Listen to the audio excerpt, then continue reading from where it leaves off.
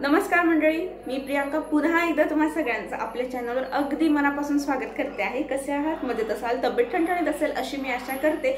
तर आजच्या या व्हिडिओमध्ये मी तुमच्याबरोबर शेअर करणार आहे की आपला किचन ओटा छोटा असो अथवा मोठा असो, पण आपल्या किचनचं जे सिंक असतं, बेसिन असतं, ते आपण नेहमी स्वच्छ ठेवावं का? तर कारण त्याचं असं की जर आपण नेहमी अस्वच्छ ठेवलं, बेसिनमध्ये सिंकमध्ये घाण ठेवली तर त्याच्यामुळे किचनमध्ये उग्र वास येतो। आणि दुसरं एकमेव मोठं कारण म्हणजे किचनमध्ये झुरळ येतात। किचनच्या पाईपातनं झुरळ येण्याचं सगळ्यात मोठं कारण असतं की सिंकची अस्वच्छता, बेसिनच्या पाईपातनं सॉरी, तर त्याची अस्वच्छता। त्यात जर आपण नेहमी खरकटं ठेवलं तर त्याच्यामुळे झुरळ तयार होत असतात, जे पाईपातनं वर येतात, म्हणूनच किचनमध्ये जास्त प्रमाणात झुरळ होत असतात।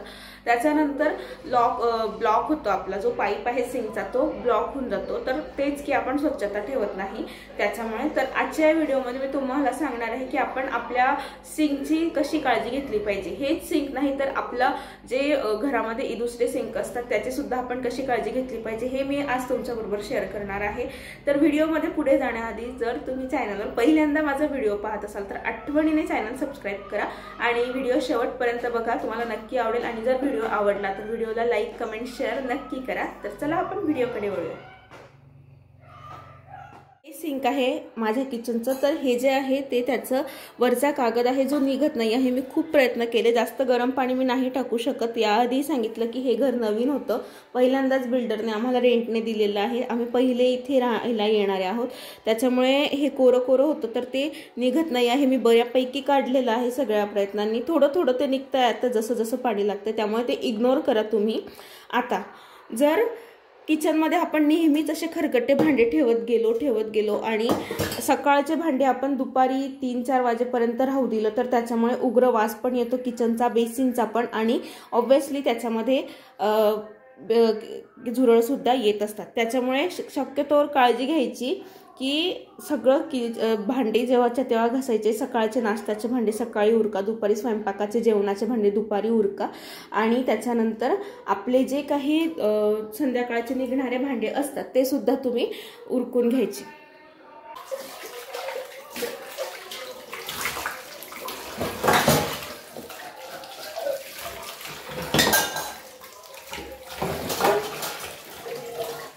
भांडे घासून झाल्यानंतर बेसिनच्या आसपास जो काही कचरा पडलेला असतो, जी काही घाण पडलेली असते ती सगळी व्यवस्थित हाताने किंवा कापडाने किंवा एपरच्या साहाय्याने बेसिनमध्ये टाकून त्यावर पाणी टाकून घ्यायचं। जास्त घाण असेल तर ती पिशवीत टाकून द्यायची, जाडसर असणारी ती अशी टाकायची नाही, नाहीतर ती पुन्हा पाईपात जाते आणि अडकते। त्यानंतर भांडे घासून झाल्यावर सकाळ संध्याकाळ दोघी वेळेस बेसिन स्वच्छ घासून घ्यायचं। जर तुमच्याकडे बोरिंगचं पाणी असेल तर दोघं वेळ कंपल्सरी बेसिन घासायचं, नाहीतर पाण्याचे जे पांढरे थर असतात ना ते बेसिनवर सिंकवर दिसतात, त्याच्यामुळे काय होतं ते चांगलं दिसत नाही, म्हणजे आपण किती क्लीन केलं तरी ते चांगलं दिसत नाही। आणि कधी कधी काय होऊन जातं, या डागांपेक्षा जास्त जर तेलकट काही बनवलं असेल, आता जर तरीची भाजी असली आणि आपण तसंच ते खरकटं जरी फेकलं तरी थोडंफार तेल भाजीला कढईला चिटकलेलं असतं, त्यामुळे ते तसंच पाणी आपण पुन्हा कढई व्यवस्थित हे करतो आणि ते पाणी सिंकमध्येच जातं, त्याच्यामुळे तेलकट थर सुद्धा आपल्या सिंकवर चढतो। त्यामुळे दोघं वेळ भांडे घासल्यानंतर सिंक व्यवस्थित घासणीने घासून घेणं खूप जास्त गरजेचं असतं या ठिकाणी, जेणेकरून असा जो तेलाचा किंवा तेलकट थर म्हणा किंवा बऱ्याचदा दुधाचा सुद्धा तुपकट, जर फॅटी दूध असेल तर त्याचं तुपकट थर सुद्धा आपल्या सिंकवर जमा होतो। भांडे धुताना आपण ते तसंच टाकत असतो, त्याच्यामुळे म्हणून घासून घ्यायचं। आणि घासल्यानंतर घासणी वगैरे सुद्धा स्वच्छ करूनच मग सिंकच्या जवळ ठेवायची, तशीच घाण असलेली ठेवायची नाही, कारण त्याच्यामुळे सुद्धा जर्म्स तयार होत असतात। त्यानंतर जर असं काही खरकटं असेल तर ते डायरेक्ट असं बेसिनमध्ये न टाकता आपली जी चहा गाळायची गाळणी असते, आता चहा पावडर सुद्धा किंवा काही एक्स्ट्राचं खरकटं असेल, जसं खरड लागली असेल पोह्यांची म्हणा, खिचडी म्हणा, ती खाली चिटकतं कढईला, तर ते आपण पाण्यात भिजू घालतो, नाही निघालं सरोट्याने तर, आणि तसंच पाणी आपण बऱ्याचदा सिंकमध्ये टाकतो। तर तसं न करता हे सगळं व्यवस्थित असं गाळून घ्यायचं।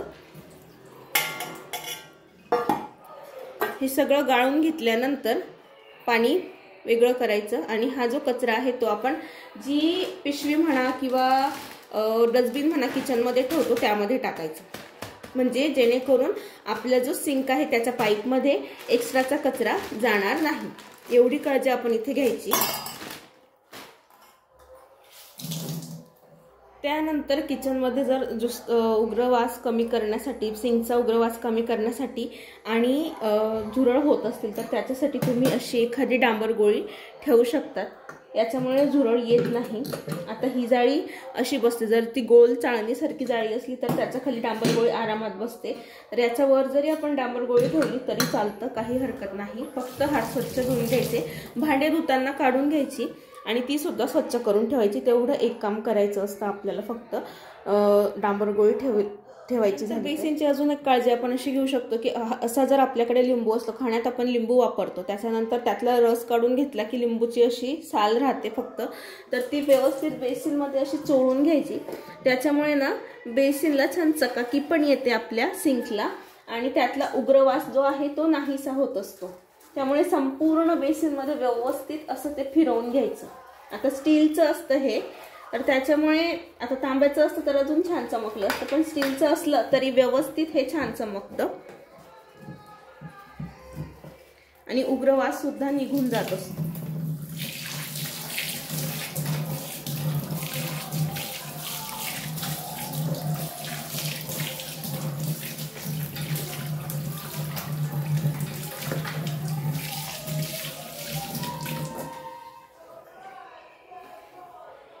तुमचं जे सिंक आहे त्याचा पाईप जर ब्लॉक होत असेल, म्हणजे पाणी जात नसेल व्यवस्थित, आता माझं तर व्यवस्थित जात आहे पण जात नसेल, तर तुम्ही त्यावर एक उपाय करू शकता। 1 वाटी पाणी घ्यायचं आहे, त्याच्यामध्ये अर्धा लिंबू पिळून घ्यायचा छान,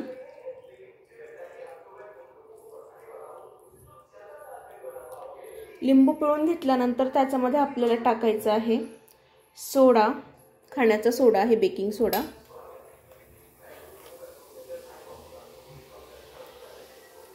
त्यानंतर आपल्याला टाकायचं आहे याच्यामध्ये साधारणतः 1 मोठा चमचा भरून व्हिनेगर।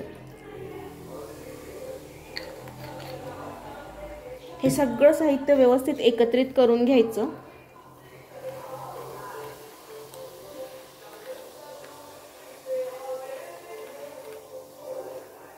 त्यानंतर बेसिनची जाळी काढून घ्यायची आणि हे सगळं जे मिश्रण आपण बनवलेलं आहे ते असंच असं आपल्याला यामध्ये टाकून द्यायचं आहे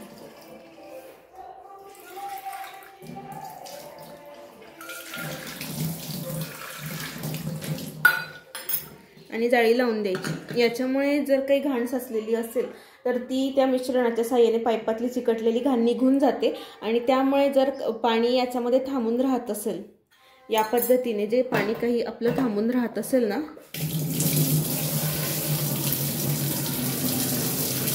बघा हे पाणी असं थांबून राहत असेल तर ते जाण्यास मदत होत असते।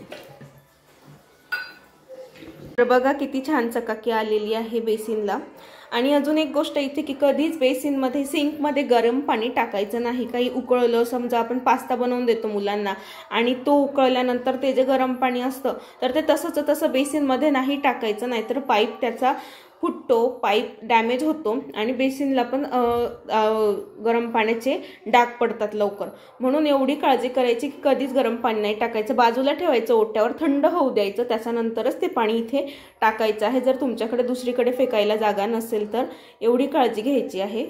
त्याच टॉयलेट वगैरे जवळचं बेसिन असतं ब्रश वगैरे करण्यासाठी, तर ते सुद्धा नेहमी चांगलं ठेवण्यासाठी व्यवस्थित घासून घ्यायचं छान आणि त्याच्यामध्ये सुद्धा या पद्धतीने डांबर गोळी आपल्याला ठेवायची असते। त्याच्यात नाही, कारण त्याच्याही पाईपाला सेम होल असतात आणि त्या पाईपातनं सुद्धा झुरळ येण्याची भीती असते, म्हणून या सुद्धा सिंकची आपल्याला व्यवस्थित काळजी घ्यायची असते। व्यवस्थित ते आपल्याला धुवून स्वच्छ करून त्याच्यामध्ये हे टाकायचं, डांबर गोळी टाकायची असते, कारण आपण रोज ब्रश वगैरे करतो, हात वगैरे धुतो तिथे, तर तेच कधी कधी लहान मुलांचे घाणत असतात तर त्याला डाग पडलेले असतात आणि पांढरं जर सिंक असेल तर ते रोज स्वच्छ झालंच पाहिजे, नाहीतर त्याच्यावर ते काळे काळे डाग अजिबात चांगले दिसत नाही। त्यामुळे ह्या सिंकची सुद्धा तुम्ही या पद्धतीने काळजी घेतली पाहिजे। तर मंडळी, कसा वाटला तुम्हाला आजचा हा सिंकचा व्हिडिओ? आशा करते तुम्हाला हा व्हिडिओ मदतशीर ठरेल। जर व्हिडिओ आवडला असेल तर लाईक करा, कमेंट करा, शेअर करा आणि चॅनलवर पहिल्यांदा असाल तर आठवणीने चॅनल सबस्क्राईब करा। भेटूया एका नवीन महत्त्वपूर्ण व्हिडिओमध्ये. तोपर्यंत काळजी घ्या. बाय.